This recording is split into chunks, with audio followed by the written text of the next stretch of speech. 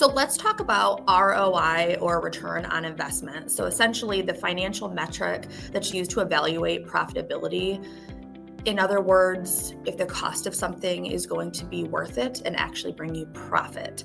So the Urban Soldier is $32,000. How does that work for ROI? So the Urban Soldier is one of the most popular jetters that we are currently financing, on average anywhere from 3 to 5 a week. The Urban Soldier is currently, as was said, about $32,000 plus any taxes or any additional items you may have. That monthly payment is $680 a month.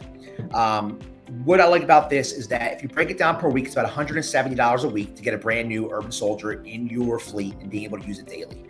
So with that, the average job currently on an Urban Soldier deal is $800.